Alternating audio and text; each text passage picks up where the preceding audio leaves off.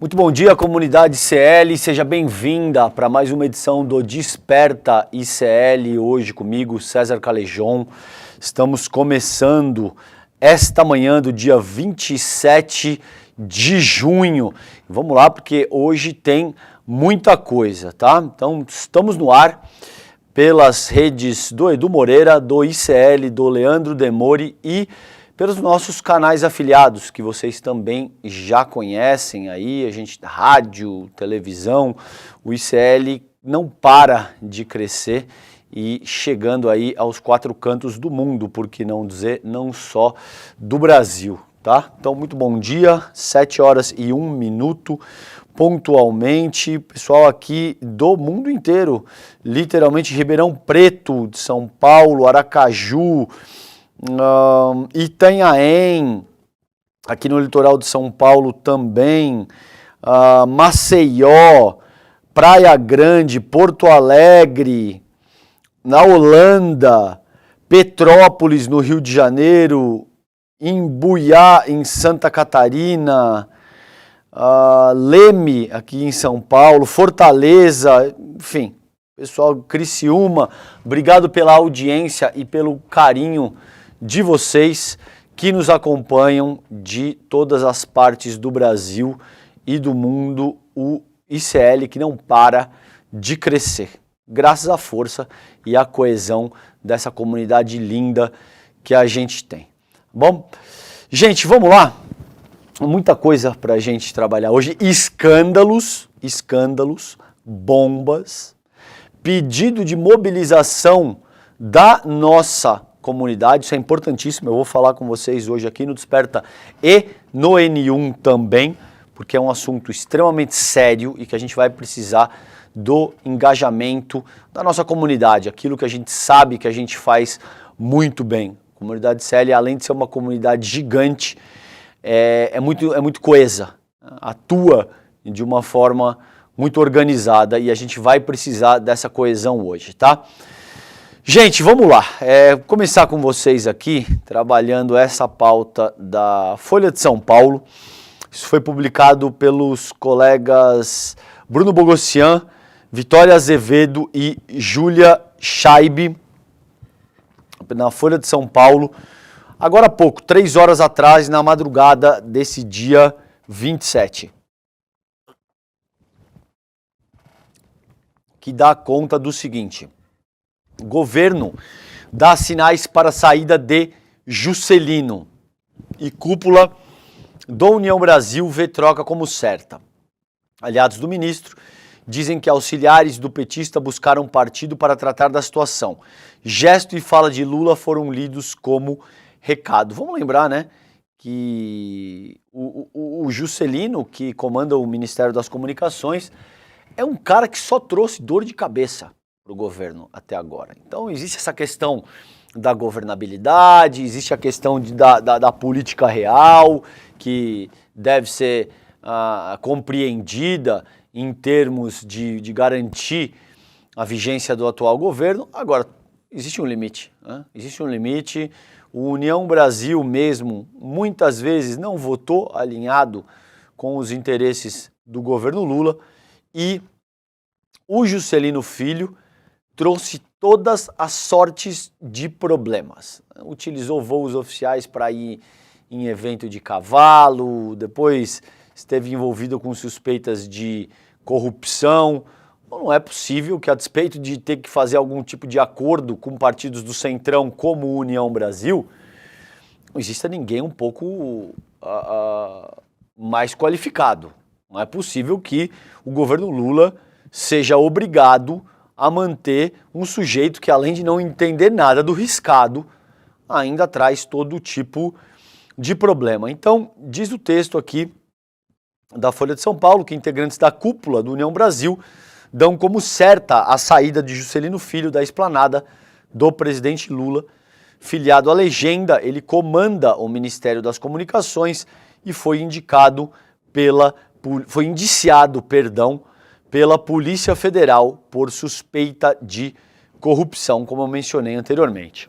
Segundo aliados do ministro, auxiliares de Lula procuraram, nesta semana, dirigentes do partido para tratar da situação.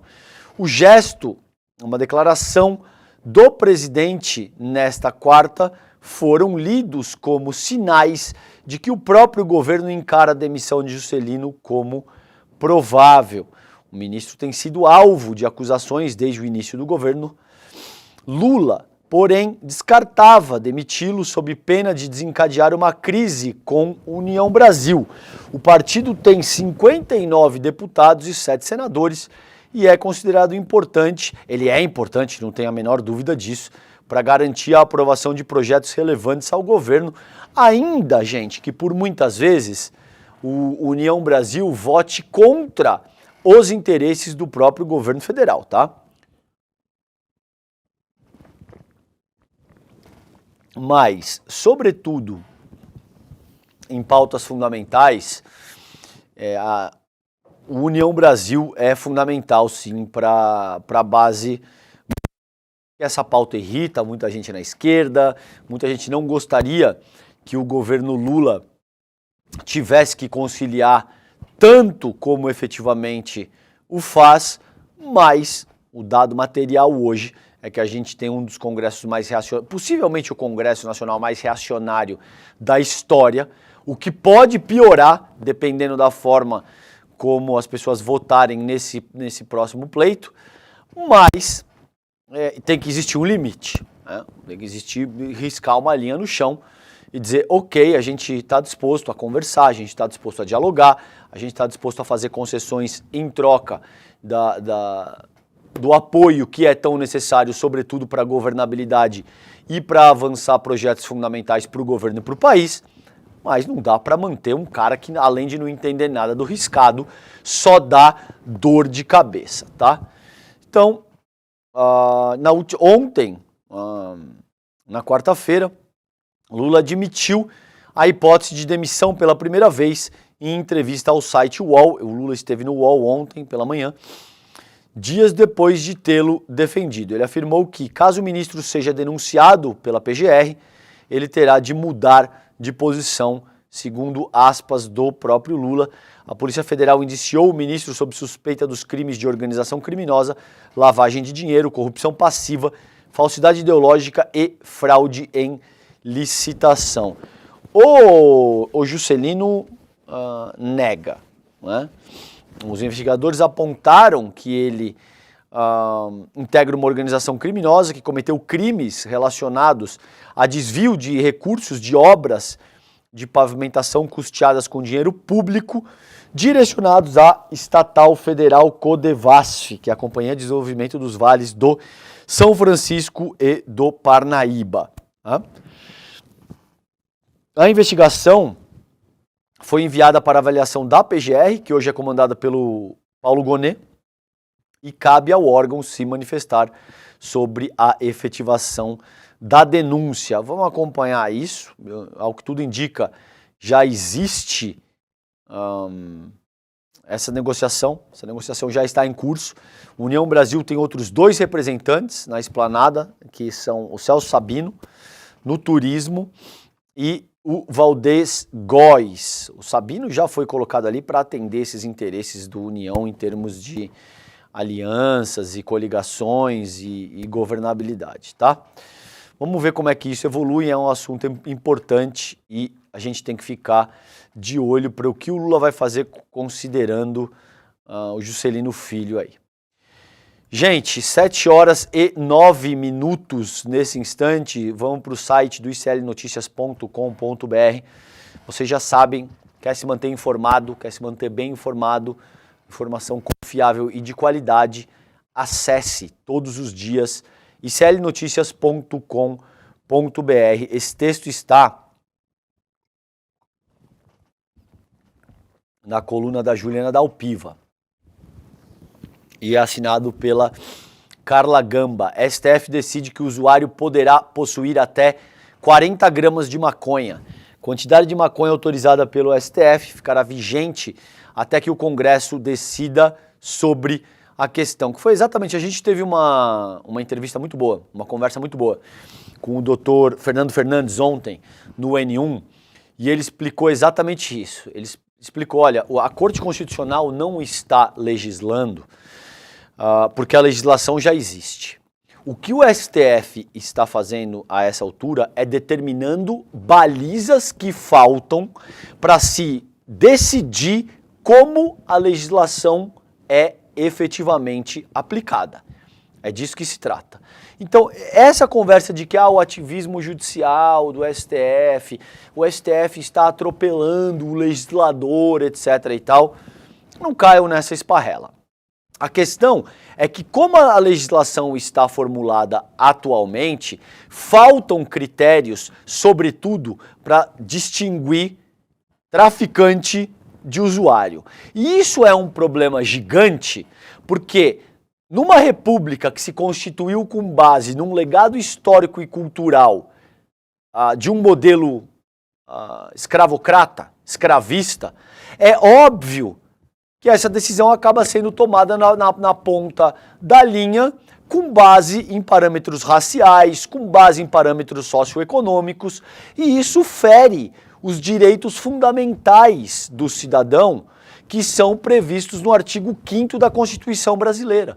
O STF, como última instância do nosso ordenamento jurídico, tem por dever fazer valer os preceitos constitucionais. É isso que a Corte Constitucional está fazendo, ok? Só para deixar claro aqui a questão, porque ao longo dos próximos dias e semanas vocês vão escutar demais que o STF está atropelando o legislador, o STF está exercendo ingerência sobre o poder legislativo, o STF está querendo legislar. Não se trata de nada disso, se trata de definir balizas fundamentais para a aplicação do que foi legislado. Não por acaso diz o texto da nossa querida Carla Gamba aqui que a quantidade de maconha autorizada pelo STF, que é de 40 gramas ou 6 plantas fêmeas, ficará vigente até que o Congresso decida sobre a questão e determine outras balizas, essa não tem que ser a única, para que a aplicação da lei seja conduzida de forma mais precisa e acurada, tá bom?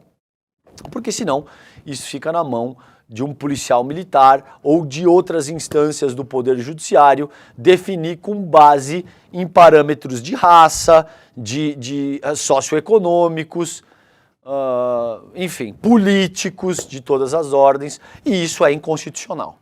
Qualquer tipo de discriminação com base em raça, cor e outra condição não contagiosa é crime no Brasil e, portanto, é inconstitucional. Diz o texto da Carla Gamba que o plenário do STF decidiu ontem, na quarta-feira, que a quantidade de maconha que diferencia um usuário de um traficante é de 40 gramas. A quantia fica valendo até que o Congresso Nacional tome uma decisão sobre o tema. Os ministros chegaram neste número a partir de um acordo entre a quantidade máxima que havia sido proposta, que era de 60 gramas, e a mínima, que era de 10 gramas. Gente, ontem eu trabalhei aqui com vocês no Desperta, que, se eu não me engano, com a quantidade de 40 gramas, você tem aí dezenas de, eu não vou lembrar de cabeça o número agora aqui com vocês, mas dezenas de milhares de pessoas que já não estariam no sistema carcerário. Eu venho insistindo reiteradamente que o importante dessa pauta é que, se a gente continuar com essa atual política de drogas, e se a gente continuar encarcerando em massa, o Brasil vai fornecer uma mão de obra cada vez mais rica e abundante para facções criminosas. Essa questão da maconha e de qualquer droga, para todos os efeitos, tem que ser tratada como uma questão de saúde pública, de justiça social e de igualdade, basicamente. Então a gente não pode continuar trabalhando isso sob a égide de um pseudo-moralismo, de um fundamentalismo religioso. Essa é uma questão séria, que envolve dimensões práticas e que tem que ser trabalhada a partir do prisma da sociologia. Okay? É isso que eu venho insistindo com vocês. Então, tá aí a definição. Essa notícia é importante precisamente porque afeta a organização social e política do país e tem efeitos muito práticos nas ruas, tá? Gente, ainda no site do iclnoticias.com.br, escândalo da Selic, instituição fez previsões divergentes no mesmo período. Tá? Então essa foi uma fala importantíssima do Eduardo Moreira, do nosso Edu Moreira, no N1 de ontem, dia 26. Abre aspas para o Edu. Instituição que botou 8% no anonimato, no relatório do broadcast, onde tem que mostrar o nome, colocou 4,5% na mesma data no Boletim Focus. Olha que curioso. Então, quando tem que mostrar a cara, eles bancam os moderados e eles vão mais alinhados com aquilo que seria a realidade, ainda que puxando um pouco para cima. Quando eles podem agir nas sombras, que é basicamente quase sempre, aí eles extrapolam. Aí eles se sentem livres para manipular as expectativas de forma descarada, tá? Então, Eduardo Moreira diz o texto aqui do ICL Notícias.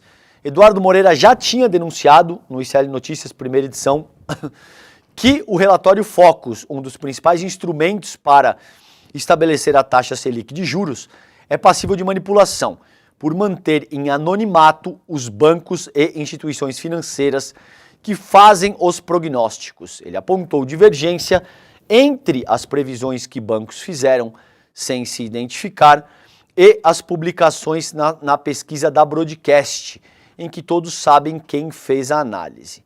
Em algumas edições do Focus, como no dia 20, houve instituição financeira que estimulou os juros futuros a 8%, gente. 8%. Enquanto na Broadcast, nenhuma delas foi a mais de 3,5%, 4,5%. No programa de ontem, o Edu tornou público os comentários que são feitos nos bastidores do mercado. Aliás, assim, parabéns para o Eduardo Moreira e parabéns pelo trabalho que o ICL realiza, porque isso não existe em nenhuma outra parte, em nenhuma outra mídia brasileira. Tá? Nenhuma mídia que tenha a ressonância e o tamanho do ICL hoje tem essa propriedade e essa disposição, essa coragem de enfrentar os próceres da República, de enfrentar banco, de enfrentar o Gilmar Palusa, de enfrentar o Arthur Lira, de enfrentar, enfim, tudo aquilo que tem potencial para promover transformações significativas no país. Então, abre aspas para o Edu Moreira. O mercado todo sabe quem colocou o 8% e eu sei quem colocou o 8%.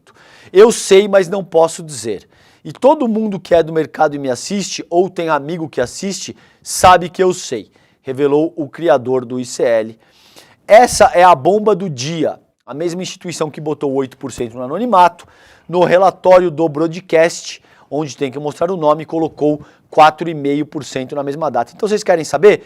Peguem o relatório do broadcast e veja lá quem é que botou 4,5%. Ainda aspas do Edu Moreira, ou seja, se o Banco Central liberar essa informação, o que todos nós vamos descobrir que foi uma manipulação. Se naquele relatório que o cara não informa o nome, ele bota 4,5%, e no que não mostra o nome, ele bota 8%. Perdão, ao contrário. Se no relatório que informa o nome, o cara bota 4,5%, e no que não mostra o nome, ele bota 8%, é manipulação. O ICL fez aí um pedido através da Lei de Acesso à Informação, solicitando que o BC identifique qual ou quais instituições fizeram essa colocação de 8% para o juros futuro. A resposta ainda não veio, mas o Banco Central já negou o pedido semelhante feito pelo site Brasil de Fato. O Edu Moreira vem dizendo que ele acha pouquíssimo provável que essas informações de fato sejam disponibilizadas. Daí a importância do peso que tem a nossa comunidade no sentido de esclarecer as perspectivas. Sabe aquele teu amigo liberal que vem com aquele papinho mole? Ah, o mercado somos todos nós. Não, o mercado não somos todos nós.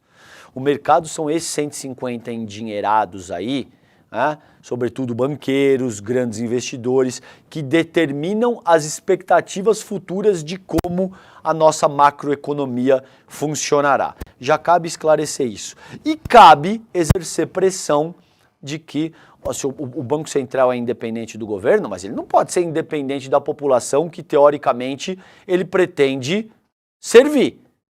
Então, que os dados sejam mais claros, que a gente faça pressão nessa atual presidência do Bacen e em todas as outras que vierem, independentemente da indicação. Eu sempre digo isso para vocês aqui no ICL, a discussão aqui não é político-partidária.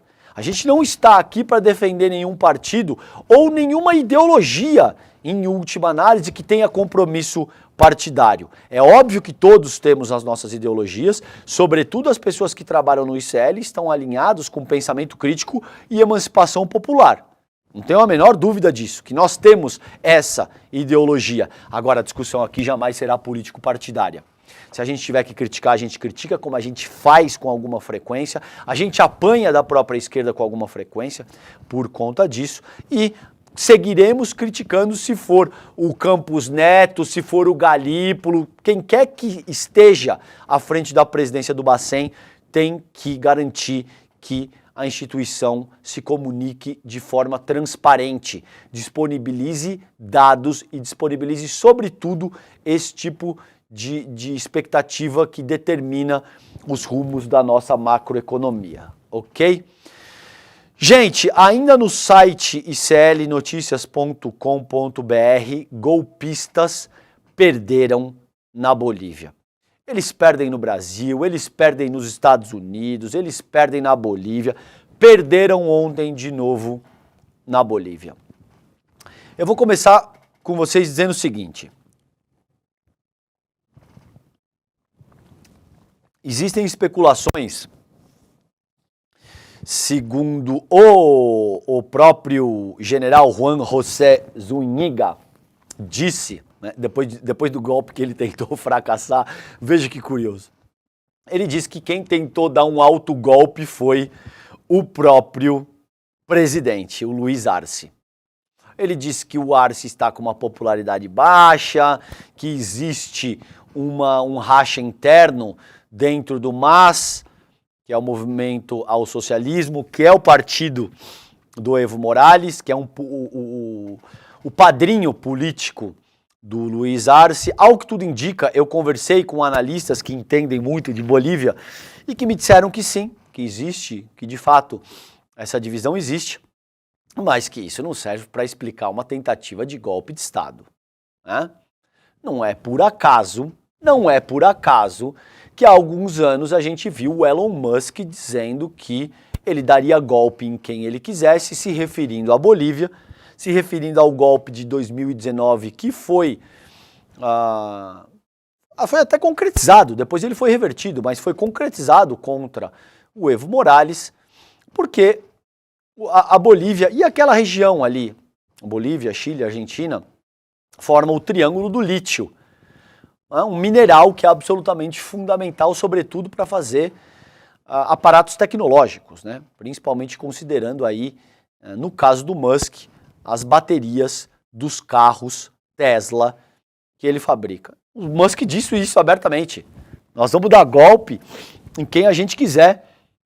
Vocês que lidem com isso. E foi o que o Elon Musk disse. Não por acaso, a militar, a Laura J. Richardson, que é comandante do Comando Sul dos Estados Unidos, né? Que atua aqui no que eles acreditam ser o quintal deles, também deu conta de que os Estados Unidos teriam que controlar essa região. Significa que eu estou dizendo que existe envolvimento estadunidense no golpe de ontem? Não, porque eu não tenho provas substanciais para sustentar essa afirmação. Então eu não vou afirmar isso categoricamente. Significa que eu estou dizendo que existe uma tradição histórica dos Estados Unidos em promover golpe na nossa região? Significa. Historicamente, os Estados Unidos estão envolvidos com golpes na nossa região. Eu tenho dificuldades em acreditar que o Arce organizaria um autogolpe. Pode ser? Nessa vida tudo pode ser.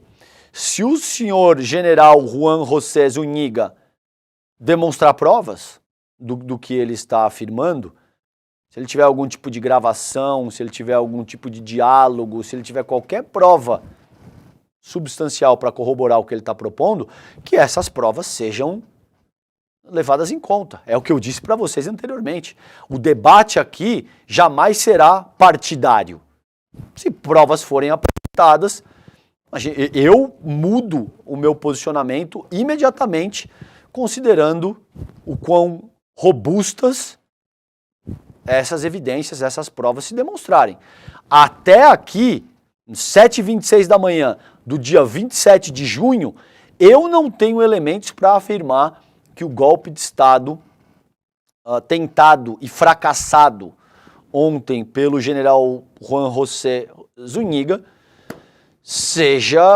tenha sido um autogolpe solicitado pelo próprio presidente da República em virtude de uma divergência entre o Arce e o Evo Morales dentro do movimento ao socialismo, o MAS.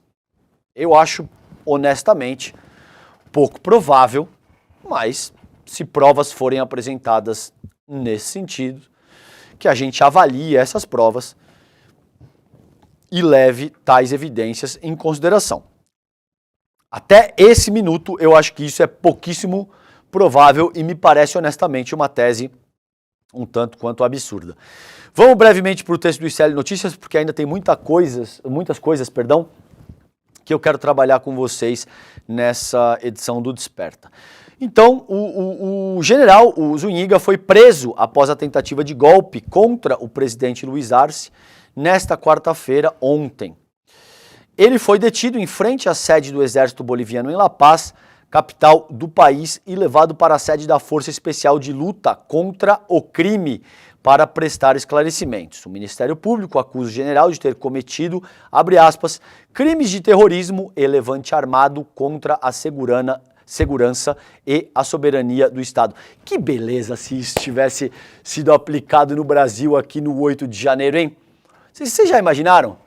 O que a gente teria de milico, de político, de bolsonarista, de ex-presidente da República indo em cana?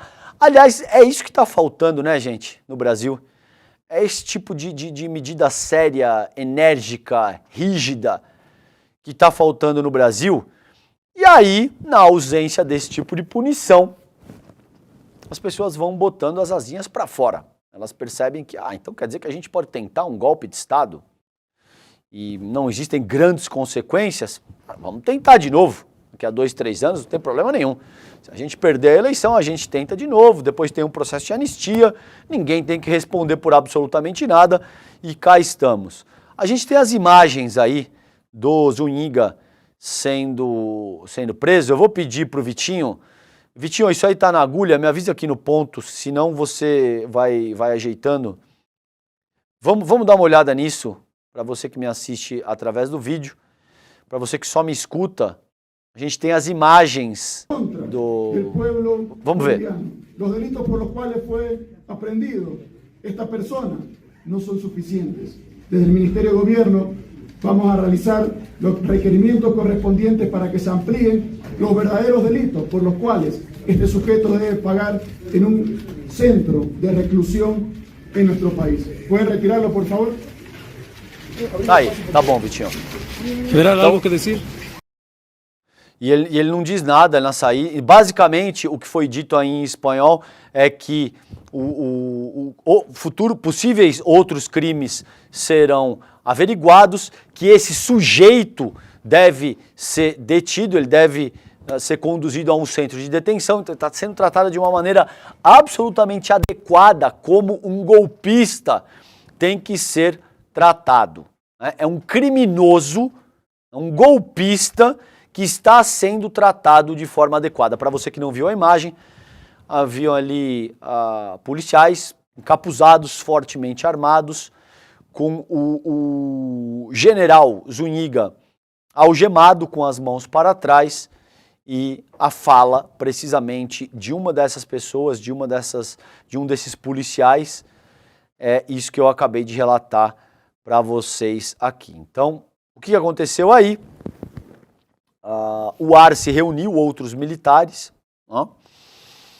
e o chefe do executivo boliviano trocou o alto comando das Forças Armadas e convocou organizações populares à praça para uma vigília pela democracia. Os novos chefes da Aeronáutica, Marinha e Exército foram empossados aos gritos de "os golpistas não passarão", que nossos próceres da libertação e nossos heróis os abençoem ou os castiguem.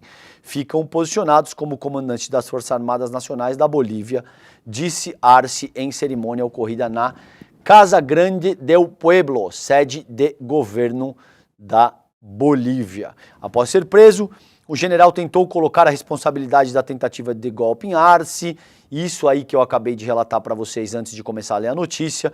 Abre aspas para o golpista: "O presidente me disse que a situação está muito complicada, muito crítica. É preciso preparar alguma coisa para aumentar minha popularidade. Perguntei ao presidente, devo tirar os blindados? Ele me respondeu, tire. Depois, no domingo à noite, os veículos blindados começam a descer", afirmou o general em frente à sede do Exército. É curioso notar que o general Zúñiga se prestaria a um papel desse de boi de piranha. Olha, o general, o senhor vai tentar um golpe para que eu saia como herói? O golpe vai falhar miseravelmente, eu vou ganhar muita força, muito capital político, permaneço nos braços do povo, não é nem volto nessa ocasião, é permaneço nos braços do povo, e o senhor vai puxar 10 anos de cadeia. Parece um bom negócio para o senhor? Um general de exército toparia jogar toda a carreira dele, toda a reputação dele fora para simplesmente ajudar o Luiz Arce? Bom, a ver, se ele apresentar qualquer tipo de prova que seja capaz de substanciar o que ele está propondo, que assim seja, seguramente levaremos essas evidências em consideração. Até lá, me parece uma tese absolutamente estapafúrdia, tá? E abre aspas para o Arce aqui: "Eles queriam nos surpreender e surpreender o povo boliviano. Reagimos e o povo mobilizado também rechaçou essa tentativa de golpe. Ficamos aqui onde vocês nos colocam e os únicos que podem nos tirar daqui são seus irmãos." Tem um vídeo que eu separei para a gente mostrar para vocês aqui, vou pedir para o Vitinho colocar no ar, que é uma pintura em movimento, O povo boliviano colocando milico golpista para correr. Vamos dar uma olhada, Vitinho, pode soltar.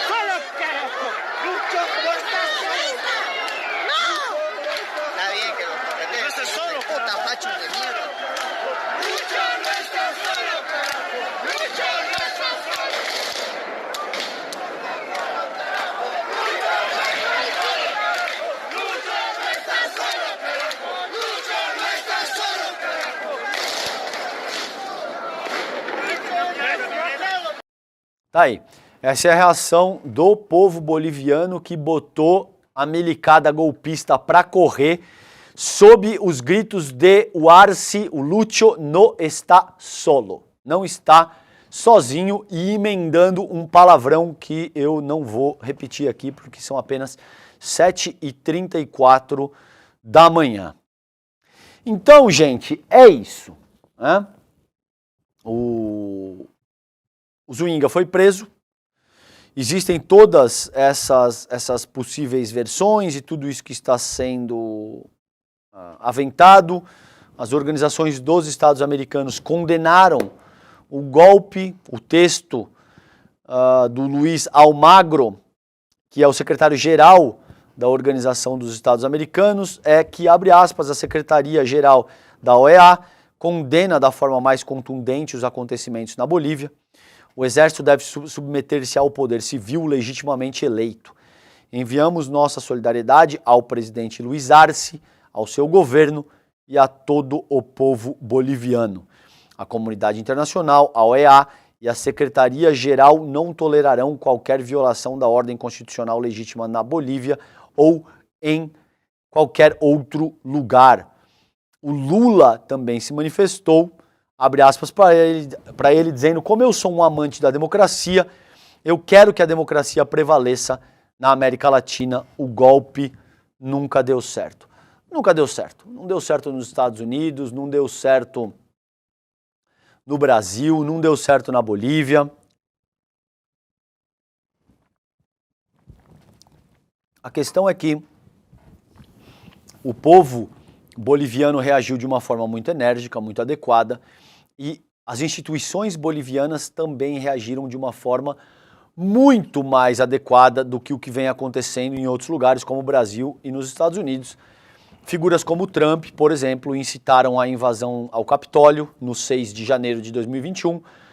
4 pessoas morreram, se eu não me engano, 4 ou 5 pessoas morreram, e o Trump está aí, concorrendo à presidência da República, com chances reais de ser eleito novamente. No Brasil, o Bolsonaro fez a mesmíssima coisa, incitou o seu séquito a invadir e depredar o Congresso Nacional no 8 de janeiro do ano passado e continua aí passando incólume a qualquer tipo de indiciamento. Até agora, pelo menos, ao que tudo indica, a gente vai falar um pouquinho disso mais para o fim do programa de hoje. Eu vou só fazer um registro, mas ele deve ser indiciado, talvez ainda essa semana ou na semana que vem, ok? E aí, gente, falando em golpista, o Ricardo Salles, ele mesmo, o da boiada, vocês lembram, né? O que ia passar a boiada, comemorou a insurreição militar na Bolívia. Esse texto é do colega Ramiro Brites, foi publicado ontem, atualizado ontem pela última vez, 10 horas e 48 minutos. O deputado bolsonarista exaltou a coragem das melancias bolivianas. Então, ex-ministro do Meio Ambiente de Jair Bolsonaro, o deputado Ricardo Salles, comemorou nas redes sociais a invasão à sede do governo boliviano pelos militares do país sul-americano. Em espanhol, o parlamentar publicou no X, o antigo Twitter, a frase: "Em Bolívia, las melancias tienen cojones." Em tradução livre, na Bolívia, as melancias têm coragem. Melancias, no vocabulário do bolsonarismo, é como são chamados os militares, verdes por fora, patriotas, muito entre aspas, e vermelhos por dentro, comunistas também, muito entre aspas. E aí, o Glauber Braga, nosso querido deputado federal, Glauber Braga, extremamente corajoso, fez um vídeo solicitando uma convocação que eu vou reverberar aqui com vocês. Antes, eu vou dar a fala do Glauber Braga. Vitinho, solta aí pra gente entender o que o Glauber tá pedindo nessa ocasião. Vamos lá. Gente, o senhor Ricardo Salles, deputado federal bolsonarista, postou uma mensagem nas suas redes sociais incentivando o golpe de Estado na Bolívia e tensionando os militares no Brasil a seguir o mesmo caminho. Nós não podemos aceitar, não podemos permitir que isso aconteça. Isso é muito grave. O que aconteceu na Bolívia com essa tentativa de golpe fracassada tem que servir como alerta para nós. E não há outra alternativa a não ser responsabilizar esses golpistas. Deputados que incentivaram e auxiliaram a tentativa de golpe do dia 8 de janeiro não foram responsabilizados. Chegou a hora disso acontecer. Nós temos que cobrar para que isso aconteça. Eu vou apresentar uma solicitação, uma representação à mesa diretora da Câmara dos Deputados pelo afastamento cautelar do senhor Ricardo Salles. Ou quer dizer agora que o afastamento cautelar é só para aqueles que são os inimigos de Arthur Lira. Quem incentiva um golpe de Estado não vai ser afastado cautelarmente? Vou apresentar essa representação e é fundamental que a gente cobre da mesa diretora a responsabilização e o afastamento desse golpista. O que aconteceu na Bolívia tem que servir, repito, como um alerta aqui pra gente no Brasil. Golpistas não passarão. Muito bem, e nós estamos organizando também um abaixo-assinado demandando a cassação do Ricardo Salles. E no N1 a gente vai mostrar aí os detalhes, o link para que vocês acessem daqui a pouquinho no N1. Então eu peço o engajamento da nossa comunidade, para você que me assiste nesse momento. Se tem uma única pauta importante essa semana inteira, é que você assine e compartilhe com os seus amigos pedindo a adesão das pessoas para que o Ricardo Salles seja cassado. Ricardo Salles, além de tudo, e agora eu quero falar diretamente para ele, você é um covarde, Salles. Você é o típico bolsonarista covarde que libera agrotóxico e vai comprar os produtos que você e a sua família consomem em lojas de produtos orgânicos. Você é o típico covarde bolsonarista, Salles, que fala em cojones, que fala em coragem, mas fica com a sua bunda sentada no pudim atrás de uma mesa. Você pegaria em arma para a linha de frente, dar um golpe?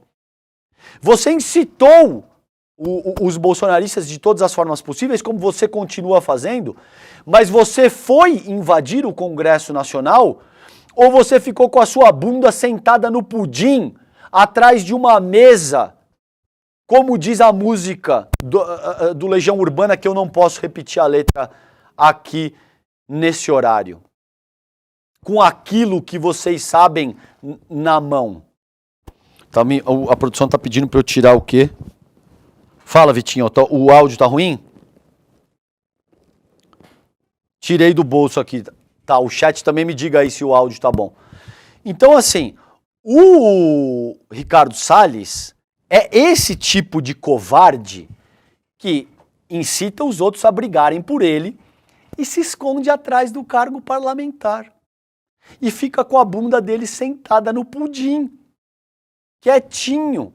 Porque ele, não se enganem, ele não vai pegar em armas. O Ricardo Salles não vai brigar com ninguém.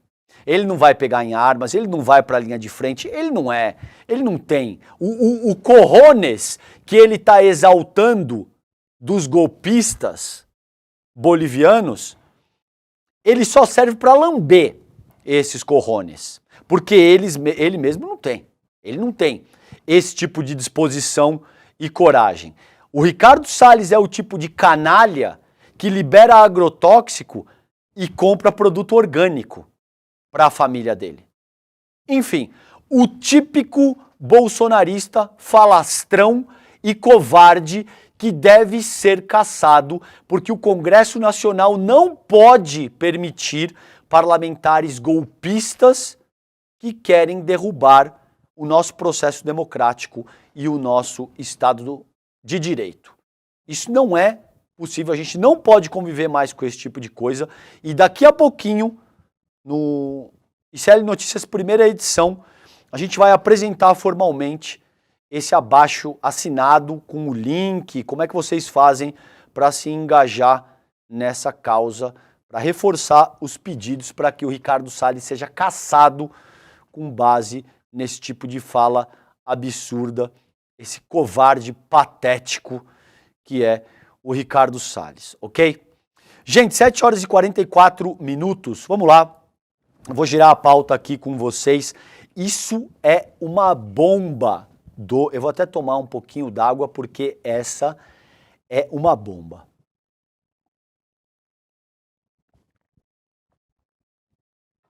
Isso é uma bomba total do Guilherme Amado. Mulheres acusam filho de Olavo de Carvalho de estupros e tortura. Tales de Carvalho, filho de Olavo de Carvalho, nega acusações de estupros, tortura e violência psicológica feitas por ex-mulheres. Esse texto é dos colegas Guilherme Amado, Bruna Lima, João Pedroso de Campos, foi publicado hoje, dia 27 de junho, às 5 horas da manhã e atualizado agora há pouco, 6h20, um pouco mais de uma hora. 4 mulheres entrevistadas pela coluna nas últimas semanas afirmam ter sido vítimas de estupros, tortura física e psicológica cometidas pelo astrólogo e empresário Tales de Carvalho, filho do escritor Olavo de Carvalho e um dos proprietários da escola de cursos Instituto Cultural Lux e Sapientia. Meu Deus do céu. ICLS ainda é o nome do instituto. Os relatos incluem depoimentos de uma das ex-mulheres de Tales, Kalinka Padilha de Moura, e das 2 filhas mais velhas do casal, Júlia Moura de Carvalho e Ana Clara Moura de Carvalho. Elas narram episódios de sadismo e crueldade que teriam ocorrido ao longo de mais de 2 décadas, além da formação de uma espécie de seita em torno do ICLS. Quem poderia imaginar que o filho do Olavo de Carvalho, o guru do bolsonarismo, tivesse envolvido com uma mentalidade de seita e esse tipo de coisa, não é mesmo? A coluna também conversou com outras 3 ex-mulheres de Tales. Sob a condição de anonimato, uma delas aceitou gravar a entrevista. Todas as denunciantes detalham experiências duras, que podem despertar gatilhos emocionais. Portanto, se esse conteúdo for desconfortável para você e possa lembrar alguma experiência, talvez seja importante buscar um especialista no assunto para falar sobre isso ou não prosseguir a leitura. Eu não vou dar os detalhes, são coisas escabrosas. A gente vai trabalhar isso de uma forma um pouco mais aprofundada no N1. Honestamente, não sei como a direção de jornalismo do ICL vai abordar o tema, se vai... Eu entendo que isso é gatilho emocional para muita gente. Ainda não conversei com a diretoria de jornalismo, não sei como é que eles vão querer trabalhar isso no N1, eu sei que a gente vai trabalhar a pauta, não sei até que ponto a gente vai descer nos detalhes do que a própria matéria diz, porque são coisas extremamente pesadas e perturbadoras que eu, no momento, optei por não trabalhar na íntegra com vocês aqui nessa edição do Desperta ICL. Mas são coisas horríveis que envolvem tortura, sadismo, estupro, todo tipo de violência física e sexual, e eu vou evitar trabalhar esse tipo de detalhamento com vocês aqui a essa hora da manhã, ok? Mas são coisas tenebrosas e envolve essa dimensão de seita, de religião, que aliás está muito atrelada ao próprio funcionamento do bolsonarismo. Essa questão do dogma religioso, essa questão de ter um mito, essa questão de enaltecer uma figura como o Messias, que seria o grande salvador da lavoura, ok? A gente vai trabalhar isso de uma forma um pouco mais extensa a seguir no N1 e vejamos qual o nível de aprofundamento que a nossa direção de jornalismo vai querer oferecer para vocês, ok? Mas tá aí mulheres que acusam o filho do Olavo de Carvalho de estupros, tortura, sadismo e toda sorte de coisa nojenta que vocês podem imaginar. Gente, eu vou avançar aqui 10 minutinhos pro fim do Desperta ICL dessa manhã. Biden e Trump fazem primeiro debate hoje, dia 27, e vamos ver como é que cada um se sai. A gente conversou com a Elo Vilela, que é uma pessoa que morou muito tempo nos Estados Unidos. Ela disse que ela acredita que o Trump deve se valer do pânico moral, que é típico da extrema-direita, então ele deve falar da questão dos imigrantes, que os imigrantes estão roubando, que a América já não é mais América, que eles têm que fazer a América grande de novo para os americanos. Aquela ladainha que ele utilizou em 2016 e que infelizmente foi eficiente. eu acredito que o Biden deve utilizar, por exemplo, as falas do Trump, considerando que o Trump disse que a culpa do conflito na Ucrânia é da OTAN, por incrível que pareça, pela primeira vez na vida eu concordo com o Trump. A tensão que se produziu naquela região é por conta, sim, da expansão da OTAN cada vez mais para o leste europeu, e o Biden deve utilizar isso contra o Trump e deve utilizar a questão do aborto e outras pautas progressistas também. Então, esse texto é das colegas Anaís Mota e Mariana Zancanelli, para o UOL, foi publicado nessa madrugada, 4 horas da manhã. O presidente Biden e Trump fazem hoje, quinta-feira, na CNN, o primeiro debate antes das eleições de novembro nos Estados Unidos.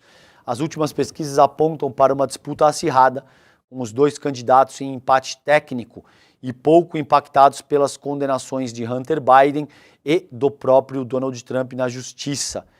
O democrata, que é o Biden, tem recebido mais apoio de eleitores negros e imigrantes, enquanto o republicano é mais popular entre homens brancos e evangélicos.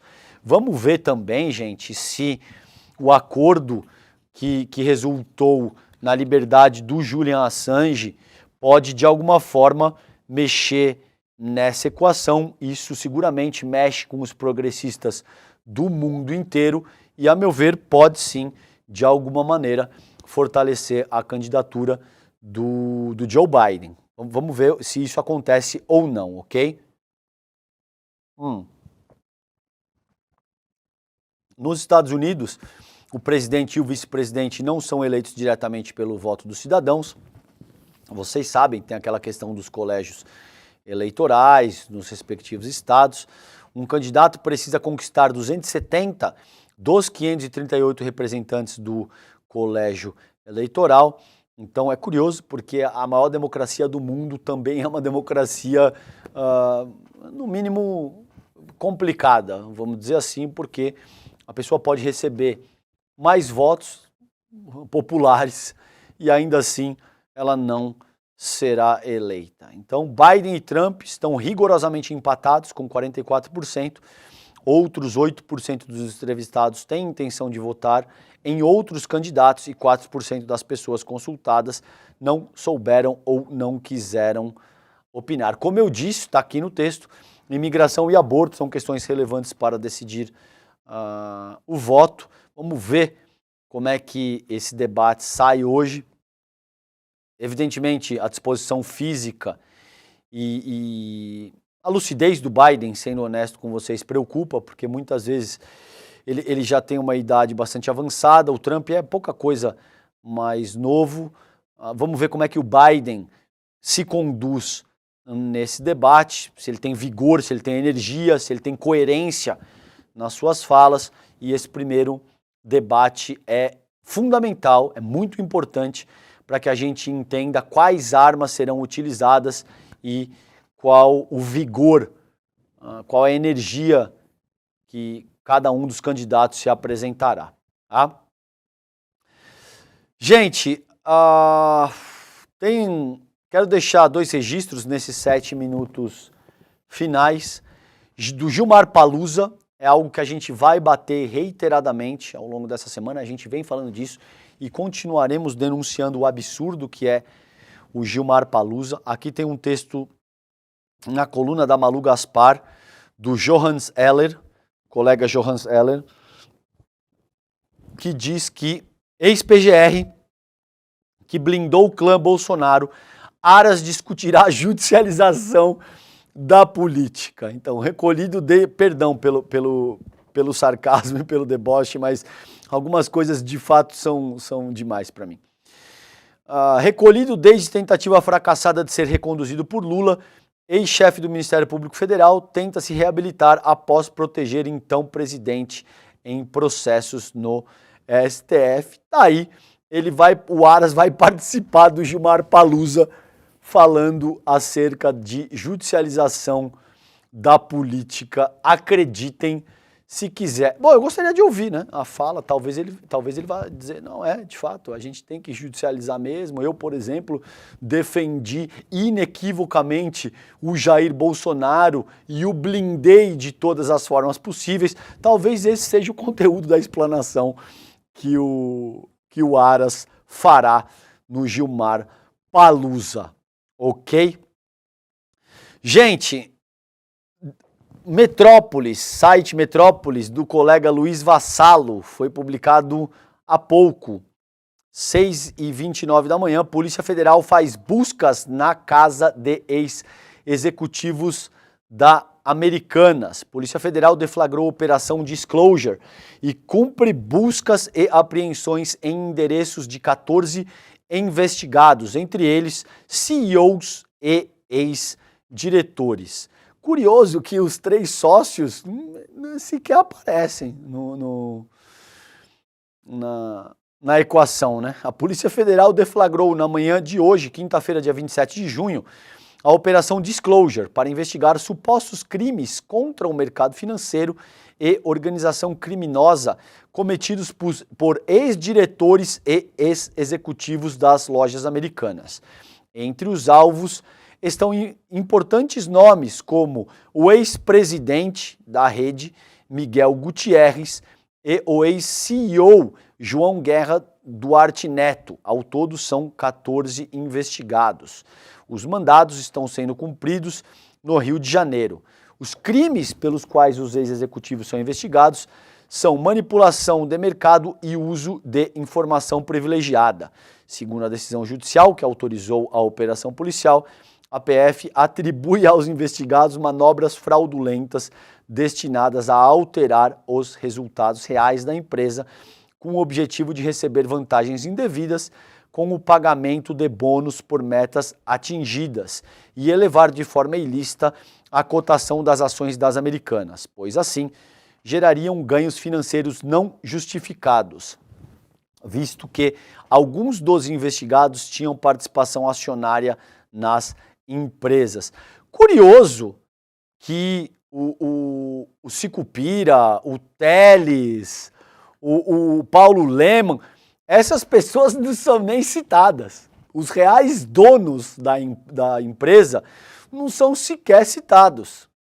Veja como é que funciona o exercício do poder e o quão curioso isso é. As pessoas não sabiam. Então, os donos da 3G Capital não sabiam que tudo estava acontecendo, eles foram surpreendidos e, na verdade, a coisa vai estourar nas costas do Miguel Gutierrez e do João Guerra Duarte Neto, o que também é bom para essas pessoas aprenderem o que acontece quando você se propõe a defender os interesses obscuros desses bilionários. Ou eles acharam o quê? O senhor Gutierrez achou o quê?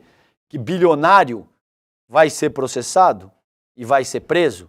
Não, meu caro, isso aí vai estourar nas suas costas, ok? Então, vale o registro aqui também. E, por fim, quero também deixar registrado nesse minutinho final aqui, nesses 2 minutinhos finais, um texto da colega Daniela Lima.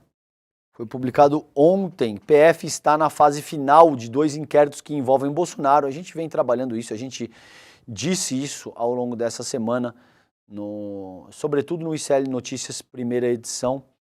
O órgão prepara remessa ao STF, tanto do caso da falsificação de certificado de vacinas, como da venda ilegal de joias da República, e ainda tem o que entende-se ser o caso mais pesado, o inquérito mais pesado contra o Jair Bolsonaro, que é a questão da tentativa de golpe de Estado, de invasão, depredação do Congresso Nacional no dia 8 de janeiro, entre outras coisas, tá? Entre reuniões com embaixadores estrangeiros, entre um sem número de outras coisas que pesam contra o Jair Bolsonaro.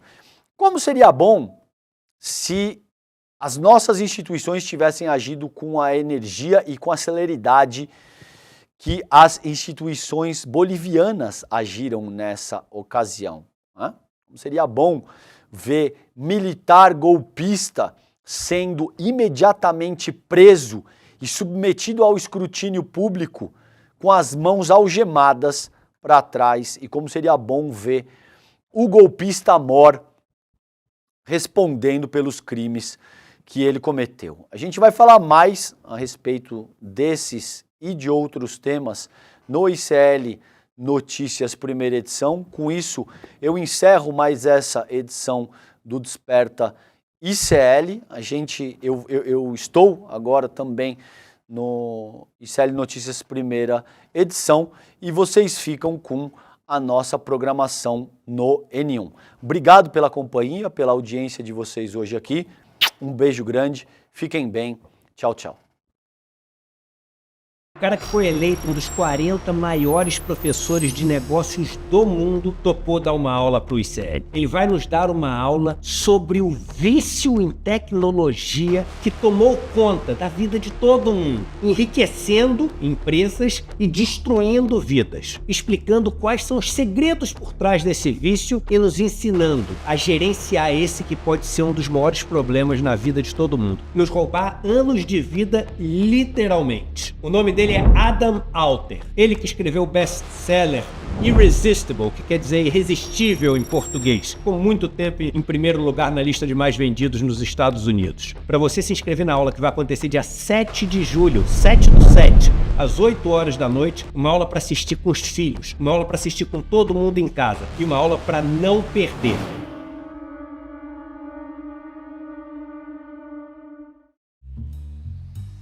Os incêndios no Pantanal caminham para ser os piores da nossa história. Pior até do que em 2020, que foi a maior tragédia climática que aconteceu ali na região. Sobre esse assunto, sobre as consequências disso e como lidar com todo esse problema, eu converso com o professor Paulo Artacho, que é da USP e também membro do IPCC, monitorando as mudanças climáticas no mundo todo. É hoje, a partir das 10h30 da manhã, depois do ICL Notícias primeira edição. Te espero lá no Em Detalhes.